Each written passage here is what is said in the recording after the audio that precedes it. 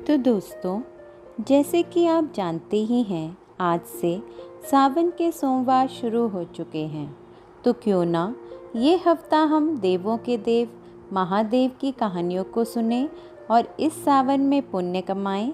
तो चलिए सुनते हैं आज की वरकासुर की कहानी। तो एक बार वरकासुर राक्षस को नारद ऋषि घूमते हुए मिले।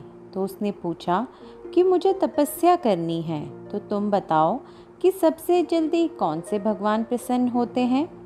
नारद मुनि बोले, महादेव बहुत जल्दी प्रसन्न हो जाते हैं, तुम उनकी तपस्या करो। वरकासुर तपस्या करने लगा, लेकिन महादेव प्रसन्न ही नहीं हुए। तो उसने धीरे धीरे करके अपने एक एक अंग चढ़ाने शुरू किए, और जैसे ही वो अपना गला काटने वाला था, महादेव प्रकट हुए और बोले, मांगो, क्या वर मांगते हो।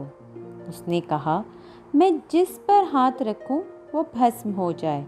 महादेव ने जैसे ही उसको वरदान दिया, तो वो उसकी पुष्टि करने के लिए महादेव पर हाथ रखने लगा। महादेव भागकर विष्णु लोक आ गए और विष्णु भगवान को सारा किस्सा सुनाया। विष्णु भगवान बोले, क्या भोले, हमेशा तुम बहुत जल्दी खुश हो जाते हो और कोई भी वरदान दे देते हो। चलो अब मैं कुछ करता हूँ। उन्होंने एक ब्रह्मचारी का वेश बनाया और जैसे ही वरकासुर उनके सामने आया, तो उससे कहा, अरे तुम कहाँ महादेव की बातों में आ गए। वो खुद तो पर्वतों में वन में रहते हैं, तुम्हें क्या वरदान देंगे। तुम्हें तो विष्णु या ब्रह्मा की तपस्या करनी चाहिए थी। मुझे तो नारद मुनि ने कहा था। क्या महादेव में कोई शक्ति नहीं है? वरकासुर ने पूछा।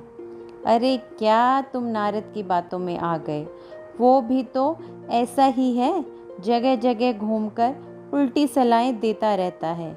अगर तुम्हें मेरी बात पर विश्वास नहीं तो देख लो, खुद पर हाथ रखकर, तुम्हें भी तो पता चल जाएगा कुछ भी नहीं होता। विष्णु जी ने कहा।